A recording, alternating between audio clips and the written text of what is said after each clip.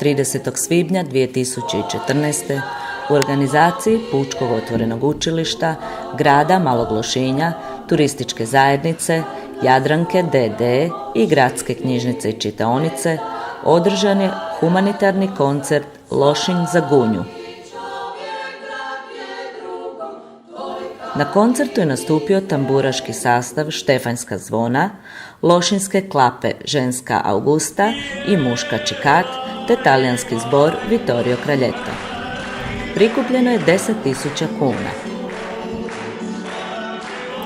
Ček s doniranim sredstvima predstavnicima Gunje, Luki Taragdiću i Stjepanu Babiću uručila je dogradonačelnica Ana Kučić, a iznenađenje je bila još jedna hvalevrijedna donacija Jadranke d.d. u iznosu od 10.000 kuna, koju je također predstavnicima Gunje uručila članica uprave gospođa Nina Garić.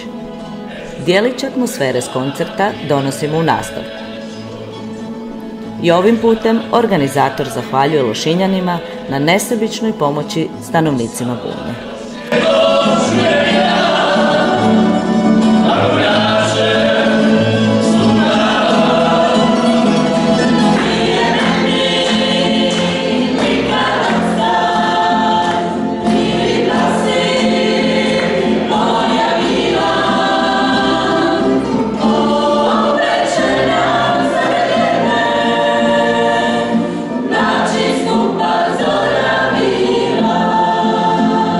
Neka Bog ti da sve što nisam ja.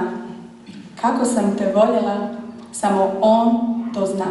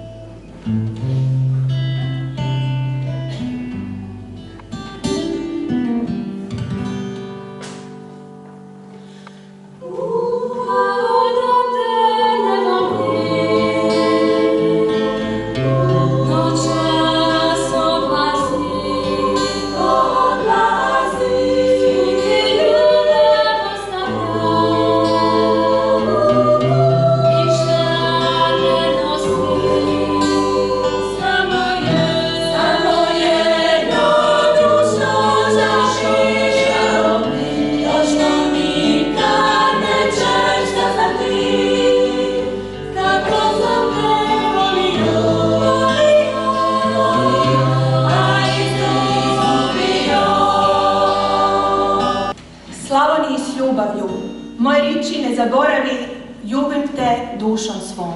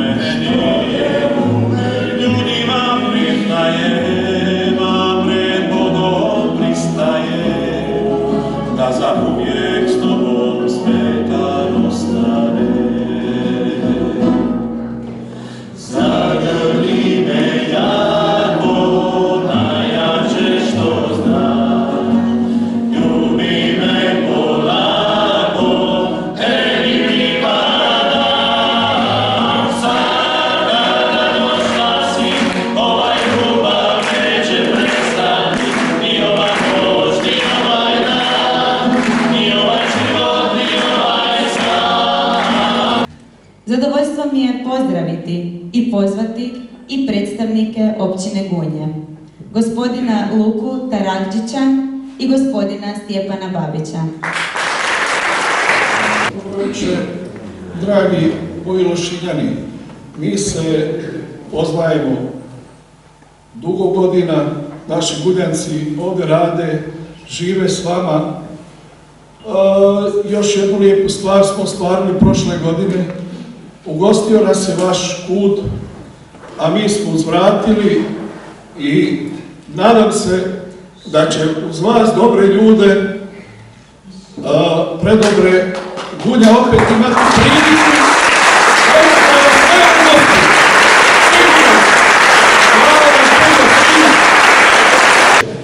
Pa kratko, kolega Lukas je rekao, još jednom svima hvala obiteljima. Ovo što će se skupiti, vjerojatno će ići u prave ruke, tako se bar nadamo i mislimo i sigurno smo da će biti tako. Hvala moje obitelji koja je manje više i tu već dugo godina. Hvala svima vama koji ste učestvovali u ovome. Hvala ovim predivnim izvođačima glazbe i hvala svima vama. Zahvaljujem još jednom svima vama koji ste večeras ovdje sa nama, svim večerašnjim izvođačima, svim onima građanima koji su na neki način podržali ovaj plemeniti večerašnji cilj i ovo je rezultat sakupljenih 10.000 kuna od strane svih vas.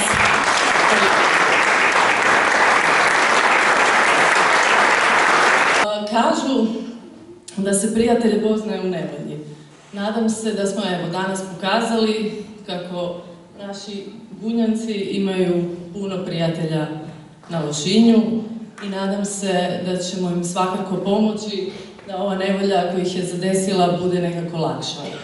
Na taj način su se zaposlenici Jadranke i organizirali i prikupili isto 10.000 kuna i nadam se da će to omogućiti što brži povratak njihovim domovima. Hvala.